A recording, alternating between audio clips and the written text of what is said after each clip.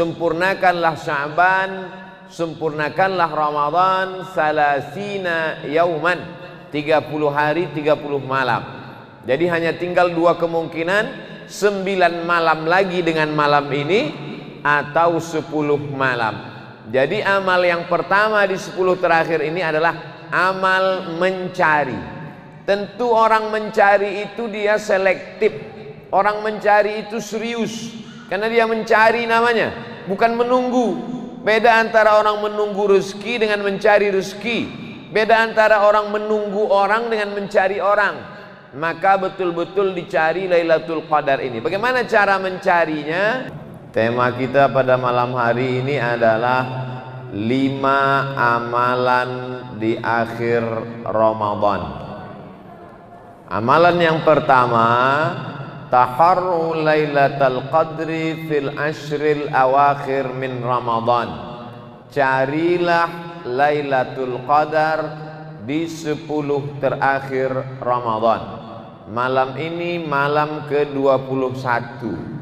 Ramadan itu dua kemungkinan, 29 atau 30. Kalau kebetulan tanggal 29 sore nampak anak bulan hilal Syawal, berarti 29 malam.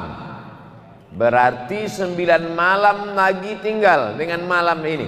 Kalau kebetulan tanggal 29 itu tidak nampak anak bulan, fa in ghubbiya alaikum, kalau tertutup awan, fa akmilu, fa atimmu, sempurnakanlah Sya'ban, sempurnakanlah Ramadan, salasina yauman, 30 hari 30 malam. Jadi hanya tinggal dua kemungkinan, 9 malam lagi dengan malam ini atau 10 malam. Jadi amal yang pertama di 10 terakhir ini adalah amal mencari. Tentu orang mencari itu dia selektif. Orang mencari itu serius, karena dia mencari namanya, bukan menunggu. Beda antara orang menunggu rezeki dengan mencari rezeki. Beda antara orang menunggu orang dengan mencari orang. Maka betul-betul dicari Lailatul Qadar ini. Bagaimana cara mencarinya? Maka dihidupkan malam-malam Lailatul Qadar. Nabi Muhammad SAW kalau sudah sampai 10 terakhir Ramadan, aiqaza ahlahu, dibangunkannya keluarganya, istrinya, anaknya untuk bangun malam. Wasyadda mi'zarahu, diikatnya kainnya. Makna mengikat kain kuat itu artinya khusyuk, lebih fokus kepada ibadah dibandingkan 20 malam yang sudah berlalu.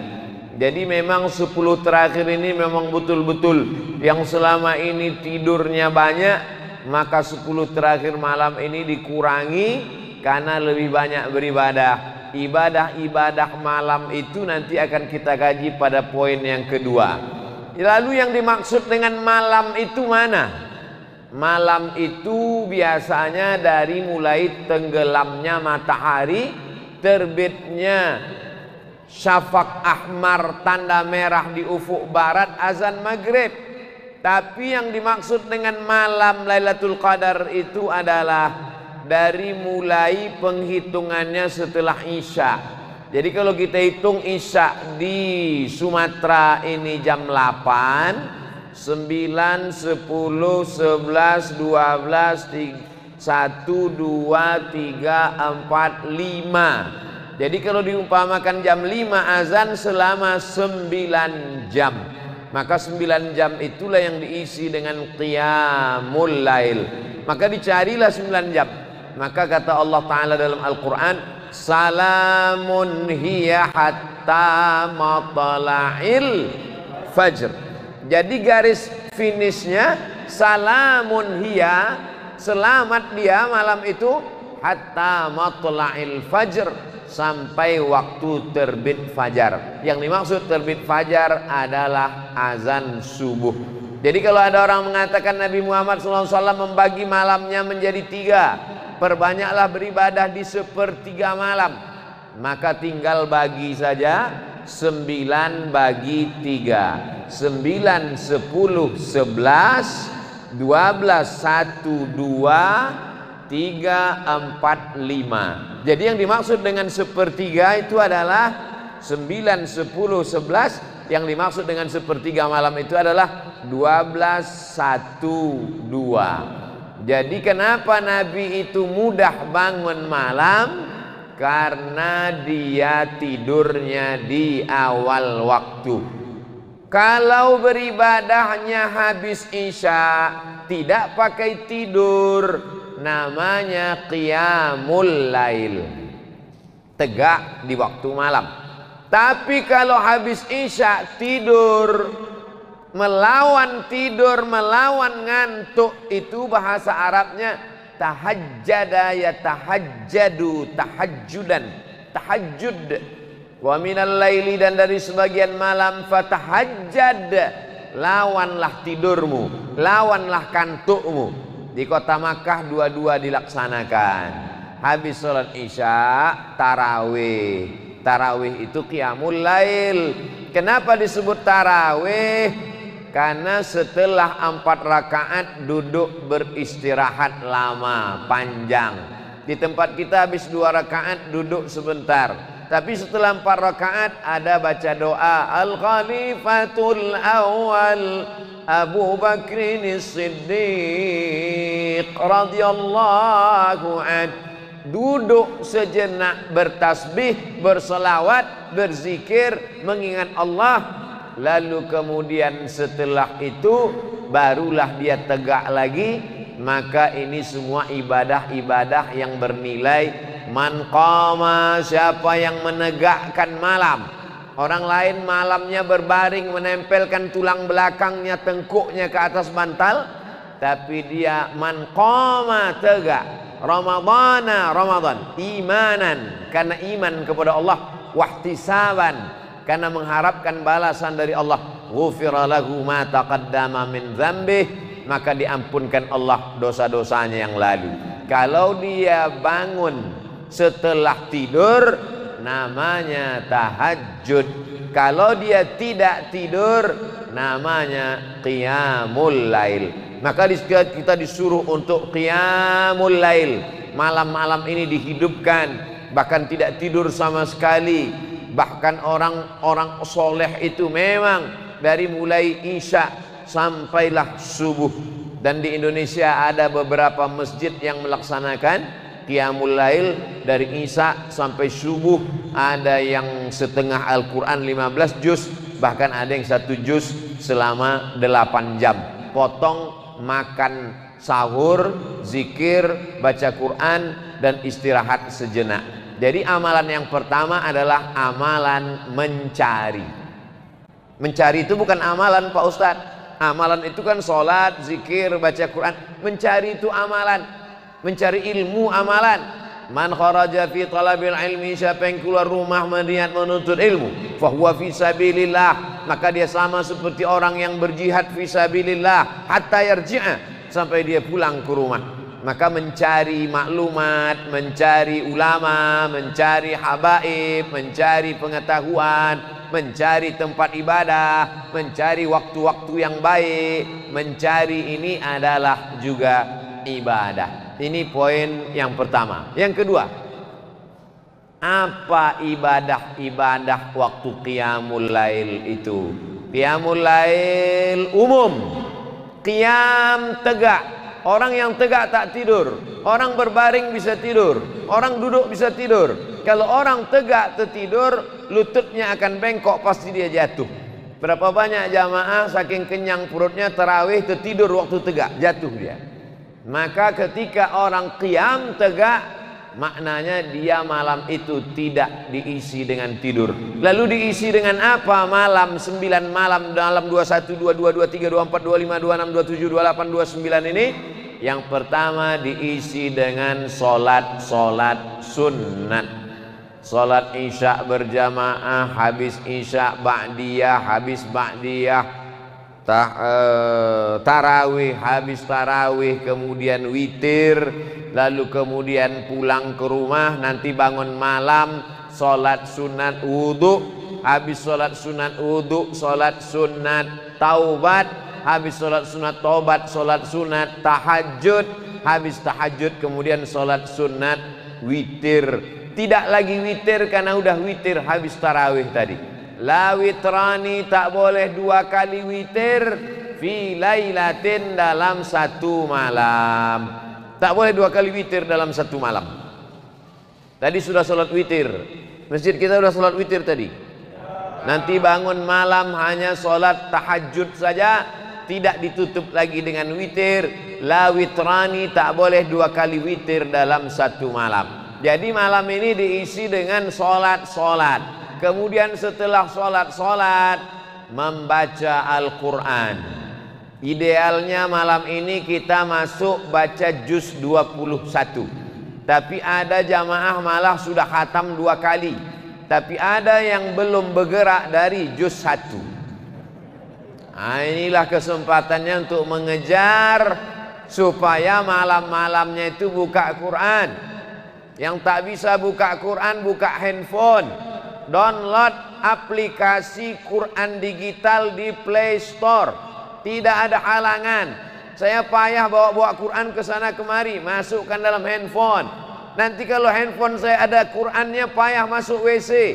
Boleh bawa handphone yang dalamnya ada Quran digital masuk WC dengan syarat handphonenya gelap, tidak dalam keadaan hidup. Kalau hidup tak boleh. Tak boleh handphone hidup ada tulisannya zalikal kitabul la raiba fih masuk ke dalam WC, tak boleh. Tapi kalau dimatikan gelap dia boleh. Sama juga macam kepala kita ini.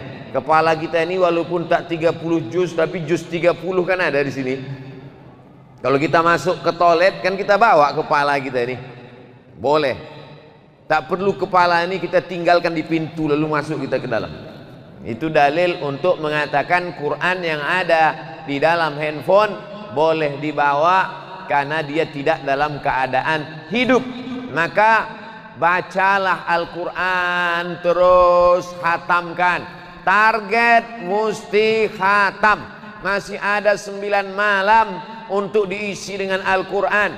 Duduk 1 juz, 1 jam 1 juz, 2 jam 2 juz, 3 jam 3 juz. Berarti kalau 3 juz malam ini, 10 malam lagi insya Allah. Yang belum memulai baca Quran, start malam ini, insya Allah sebelum malam takbiran sudah khatam insya Allah. Amin. Yang tak bilang amin, diaminkan Allah SWT, diaminkan para malaikat, dikabulkan Allah Ta'ala doa-doanya. Lalu kemudian amalnya sholat sunat. Setelah sholat sunat baca Quran. Wabil ashari hum yastaghfirun, memperbanyak istighfar. Astaghfirullahalazim, lebih panjang. Astaghfirullahalazim alladzi la ilaha illa huwal hayyul qayyum wa atubu ilaih. Lebih panjang. Allahumma anta rabbi la ilaha illa anta khalaqtani wa ana abduka wa ana ala ahdika wa wa'dika ma sata'tu a'udzubika min syarri ma sana'tu abu'u laka bi ni'matika alayya wa abu'u bi dhanbi faghfir li fa innahu la yaghfiru dzunuba illa anta. Man lazimal istighfar, siapa yang memperbanyak istighfar, ja'alallahu lahu min kulli dhiqin makhraja. Setiap kesempitan hidupnya diberikan Allah kelapangan. Wa min kulli hammin faraja, setiap kesempitannya diberikan Allah jalan. Wa razaqahu min haitsu la yahtasib, diberi Allah rezeki dari jalan yang tak disangka-sangka. Subhanallah wa bihamdihi subhanallahil azim, subhanallah wa bihamdihi subhanallahil azim, subhanallah wa bihamdihi subhanallahil azim. Kalimatani, 2 kalimat, khafifatani alal lisan, ringan di lidah, saqilatani fil mizan, memberatkan timbangan mizan pada hari kiamat, habibatani ilar rahman, disukai dicintai Allah. Subhanallah wa bihamdihi subhanallahil azim, subhanallah bihamdihi subhanallahil azim. Bagi yang belum punya tasbih, malam ini berzikir tak usah pakai tasbih. Jadi sahabat Nabi dulu, orang kalangan salaf kan belum ada tasbih. Bagaimana cara mereka berzikir? diambilnya tali, diingkatnya pakai simpul-simpul, simpul itulah yang dia petik sebagai tasbih. Jadi malam ini balik dari sini ambil tali jemuran, buatlah simpul-simpul untuk berzikir, bertasbih. Subhanallah, subhanallah, subhanallah, subhanallah, alhamdulillah, alhamdulillah, Allahu akbar. Salawat. Man shalla alayya salatan, siapa yang berselawat kepadaku 1 kali, sallallahu alaihi biha asyra, Allah balas 10 kebaikan.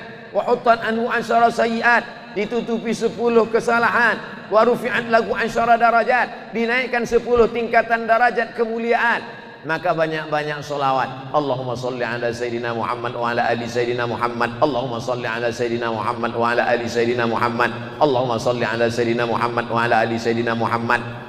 Banyak betul zikir-zikirnya Pak Ustadz. Pilih mana yang paling suka. Saya paling suka solawat, amalkan solawat banyak-banyak. Saya paling suka tasbih, tasbih banyak-banyak. Saya paling suka la ilaha illallah, la ilaha illallah banyak-banyak. Kalau Ustadz sendiri, apa yang Ustadz amalkan? Menjelang azan subuh, istighfar 100, solawat 100, la ilaha illallah 100. Mana tasbih Ustadz? Ada di hotel, tak saya bawa. Kalau tidak pakai tasbih, macam mana cara ngitungnya? Sekali genggam 20. 1, 2, 3, 4, 5, 6, 7, 8, 9, 10, 11, 12, 13, 14, 15, 16, 17, 18, 19, 20. Jadi setiap sekali genggam 20. La ilaha illallah, la ilaha illallah, la ilaha illallah, la ilaha illallah, la ilaha illallah, la ilaha illallah, la ilaha illallah, la ilaha illallah, la ilaha illallah, la ilaha illallah, la ilaha illallah, la ilaha illallah, la ilaha illallah, la ilaha illallah, la ilaha illallah, la ilaha illallah, la ilaha illallah, la ilaha illallah, la ilaha illallah, la ilaha illallah. 20, 20, 20, 20, 20, 100. Tapi betul-betul 100 nya pula. 20, 20, 20. Lalu kemudian diantara yang paling afdal diantara amalan ini mana? Sesuai dengan kemampuan. Yang sanggup sholat sunat, tegak, ruku, sujud, tegak, ruku, sujud, tegak, ruku, sujud. Abdullah punya ayah namanya Ahmad bin Hambal, dikenal dengan Imam Hambali. Wahai Imam Hambali, kau punya anak laki-laki namanya Abdullah. Abdullah ditanya orang, kau punya ayah namanya Imam Hambali. Betul. Ayahmu itu ulama. Betul. Dia kalau malam siang berapa rakaat sholatnya? Salasami'ati rakaat, 300 rakaat. Coba hitung berapa rakaat kita. Sholat isya 4, ba'diyah 2, tarawih 20, 26 tambah 3 baru 29, tahiyatul masjid 31, baru 31 rakaat udah merasa yakin masuk VIP. Ahmad bin Hambal 300 rakaat sholatnya sehari semalam. Ada lagi imam namanya Zainal. Zainal artinya perhiasan, Abidin ahli ibadah. Zainal Abidin, perhiasan ahli ibadah. Dia punya nama lain Sajjad, sujud. Orang yang banyak sujud namanya Imam Sajjad. Nama dia Ali, nama ayahnya Husain, nama atuknya Ali, Ali bin Husain bin Ali Zainal Abidin, Imam As-Sajjad. Kenapa disebut dia Sajjad? Sehari semalam sujudnya 1000 kali. Begitu disebutkan dalam kitab Syiar A'lam An-Nubala. Jadi coba kita hitung-hitung sujud kita sudah berapa kali. Kalau sujud apakah sujud kita sudah khusyuk? Kalau khusyuk apakah sujud kita sudah lama? Kalau lama tasbihnya apakah sudah tepat? Jangan-jangan kita sujud itu macam menghembus-hembus aja ke bawah. Padahal ada bunyinya. Subhana rabbiyal a'la wa bihamdih. Subhana rabbiyal a'la wa bihamdih. Subhana rabbiyal a'la wa bihamdih. Ini bulan untuk kita perhatikan ibadah kita. Amalan yang pertama mencari. Amalan yang kedua mengisi. Diisi dengan apa? Salat sunat. Diisi dengan apa? Zikir, tasbih, tahmid, takbir, istighfar dan salawat. Diisi dengan apa? Diisi dengan tegak, muhasabah, merenung. Aku ini akan kemana? Sedang berada di mana? Kalau aku mati, yang aku bawa ini apa? Ini yang penting, karena ajal bukanlah pulsa yang bisa diisi ulang. Kalaulah ajal itu pulsa bisa diisi ulang, berapa banyak orang-orang kaya bisa menambah umurnya. Makin canggih rumah sakit, makin hebat dokter spesialis, ternyata angka kematian makin tinggi. Maka kesempatan kita untuk mengambil meraih amal-amal soleh hanya tinggal 9 malam saja lagi, Bapak Ibu yang dimuliakan Allah Subhanahu wa ta'ala. Amal yang ketiga, amal yang ketiga adalah membayar zakat fitrah. Membayar zakat fitrah sudah bisa dimulai pada akhir-akhir malam Ramadan ini. Menurut mazhab Maliki dibayar 2-3 hari sebelum Idul Fitri. Menurut mazhab Syafi'i sudah bisa dibayar sekarang.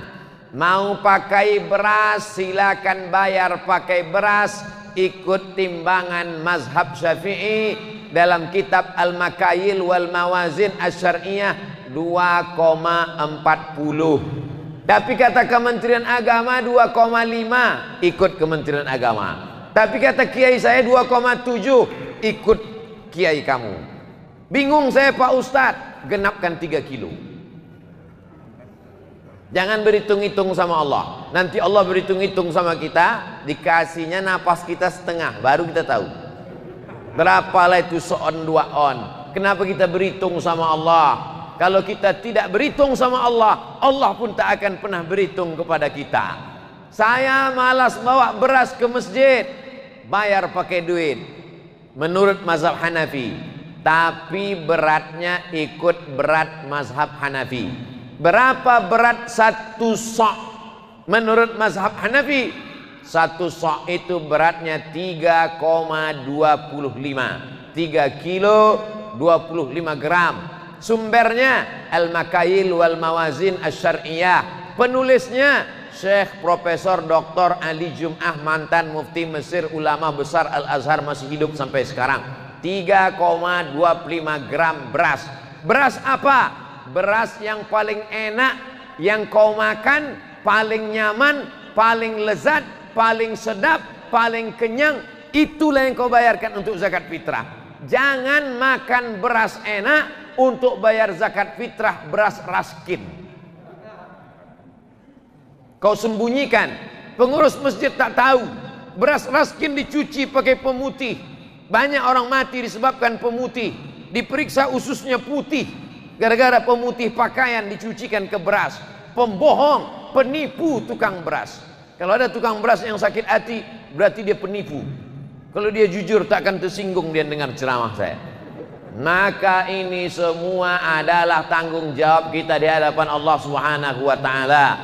Farada Rasulullah sallallahu alaihi wasallam shadaqatal fitri, Nabi mewajibkan zakat fitrah sa'an min tamrin, 1 sa'. 1 sa' itu berapa Pak Ustadz? 4 mud. 1 mud itu berapa Pak Ustadz? Macam-macam menurut mazhab Syafi'i, Hanafi, Hambali, Maliki, sudah saya sampaikan. Ikut mazhab Syafi'i 2,4, ikut mazhab Hanafi 3,25. Yang jadi masalah, dia bayar pakai duit, tapi timbangannya timbangan mazhab Syafi'i. Ini talfiknya kacau balau. Kalau mau bayar pakai beras, pakai timbangan mazhab Syafi'i. Tapi kalau mau bayar pakai duit, pakai timbangan mazhab Hanafi. Ustadz sendiri bayar zakat fitrah pakai apa? Saya dari sejak pulang dari Maroko 2008 Ramadan sampai 2021 ini, alhamdulillah insyaallah membayar zakat fitrah pakai beras. Tapi saya tak menyalahkan yang bayar pakai duit. Untuk zaman sekarang mana yang afdal Pak Ustadz? Pakai beras apa pakai duit? Zaman dulu pakai gandum. Gandum bisa dibarter dengan kain. Gandum bisa dibarter dengan minyak. Gandum bisa dibarter dengan ayam. Sekarang kalau ada fakir miskin, di rumahnya ada beras 3 karung, beras itu dijualnya lagi supaya dapat duit. Maka kata Syekh Ali Jum'ah dalam kitab Al-Bayan lima yushghilul azhan, zaman sekarang afdal bayar zakat fitrah pakai duit. Kenapa? Karena orang kaya kalau berasnya banyak, tak bisa beras itu dipikulnya ke mall untuk beli celana. Maka pasti beras itu dijualnya murah. Ujung-ujungnya dia mau mencari duit, langsung saja bayar pakai duit. Tapi beratnya menurut mazhab Hanafi. Yang mau bayar pakai beras, beli beras ke warung, masukkan ke plastik hitam 10 bungkus. Anak saya, istri saya, cucu saya, menantu saya, ponakan saya, tetangga saya. Bagus, bayarkan orang. Jangan bawa duit dari rumah, tidak mau membungkus beras, tidak mau beli beras, tidak mau bawa beras dari rumah, bawa duit sampai ke masjid baru beli beras. Berasnya cuma setumpuk sebungkus.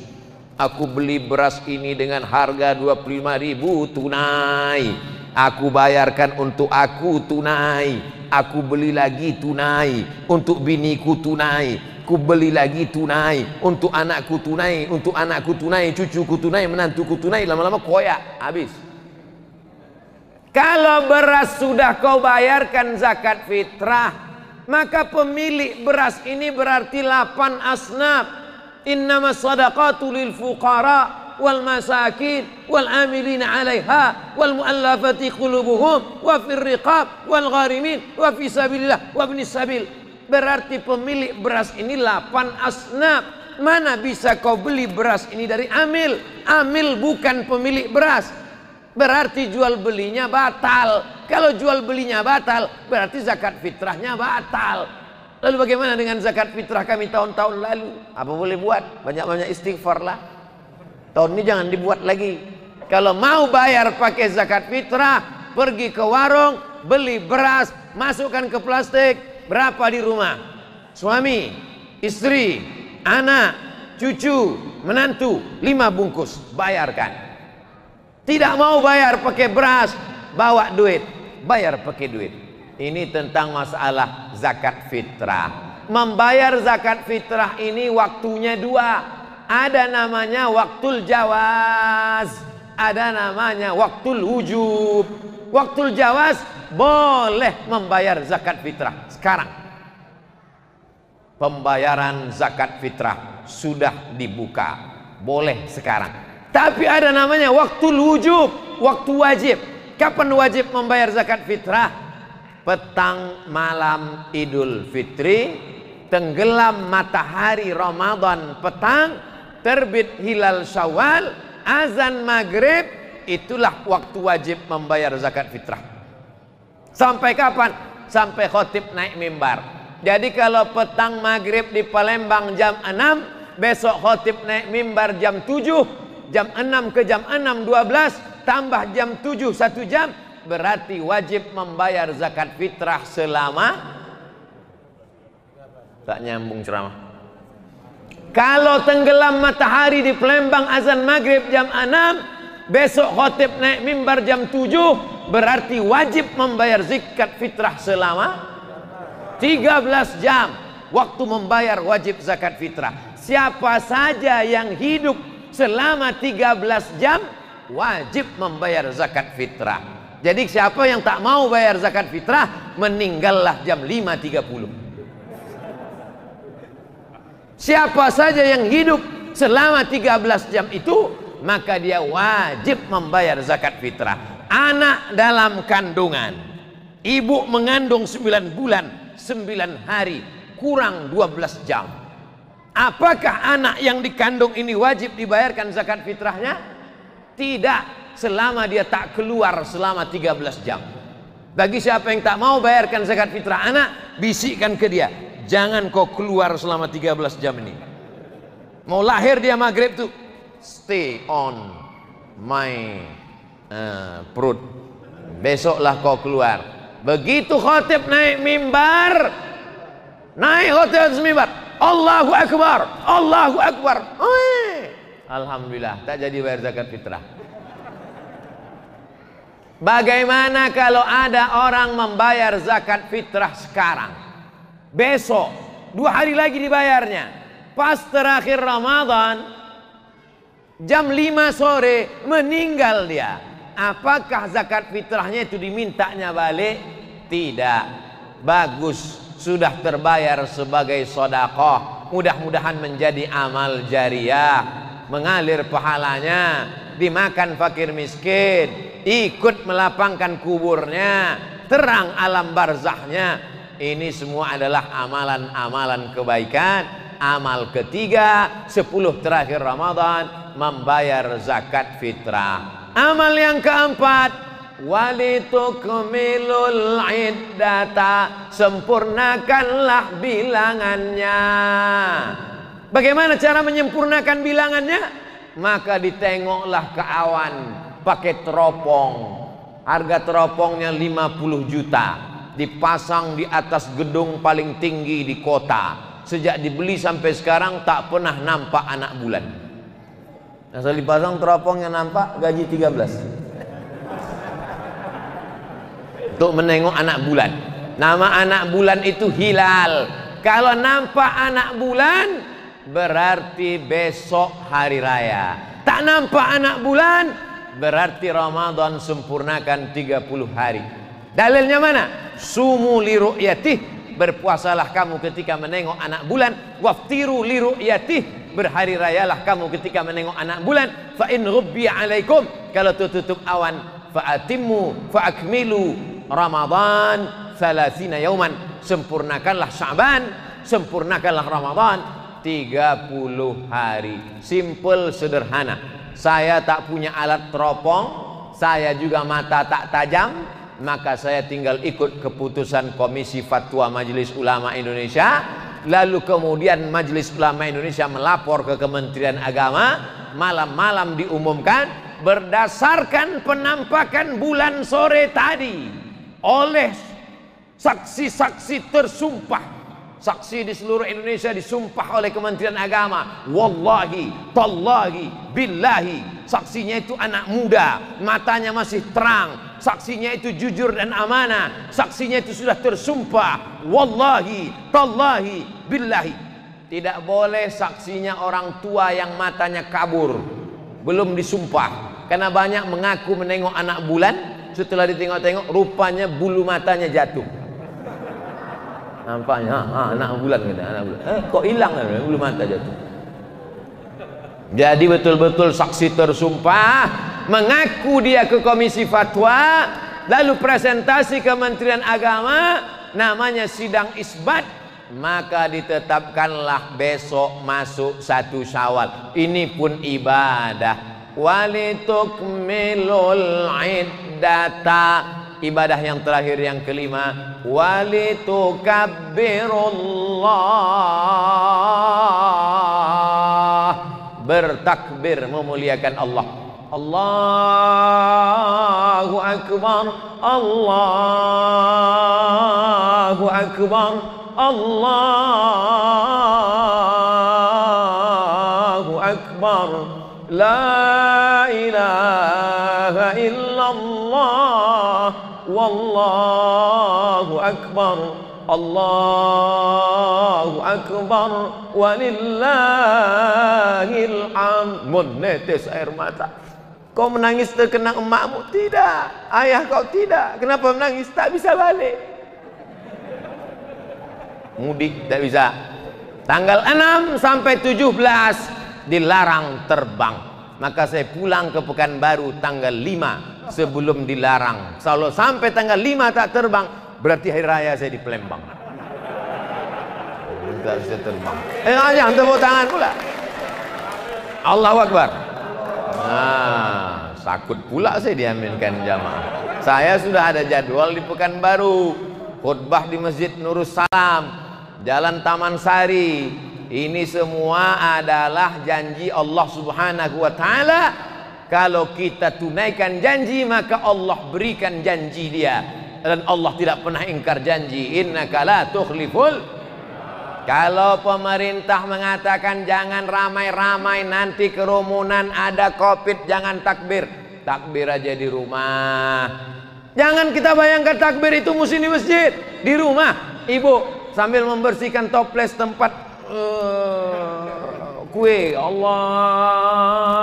Akbar, Allahu Akbar, Allahu Akbar. Jangan sampai tak bertakbir ibu. Jangan sampai tak bertakbir malam. Mengagungkan Allah. Kenapa takbir? Menghilang kesedihan. Terbayang wajah emak sedih, Allahu Akbar. Terbayang wajah ayah sedih, Allahu Akbar. Terbayang baju baru tak jadi dibeli, Allahu Akbar. Bertakbirlah malam Idul Fitri.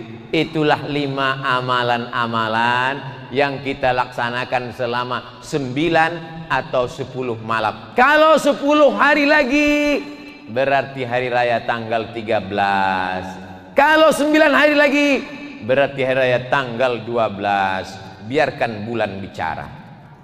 Menunggu anak bulan. Kalau bulannya sabit namanya hilal. Kalau bulannya bulat namanya badar.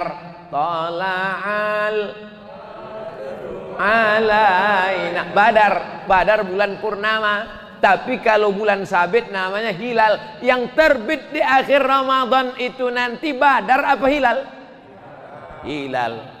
Maka suami ibu yang namanya hilal, simpan-simpanlah di rumah. Soalnya dia dicari-cari orang 10 hari lagi. Hilal, badar sudah jadi nama orang Indonesia. Pak Hilaluddin sama Badarudin.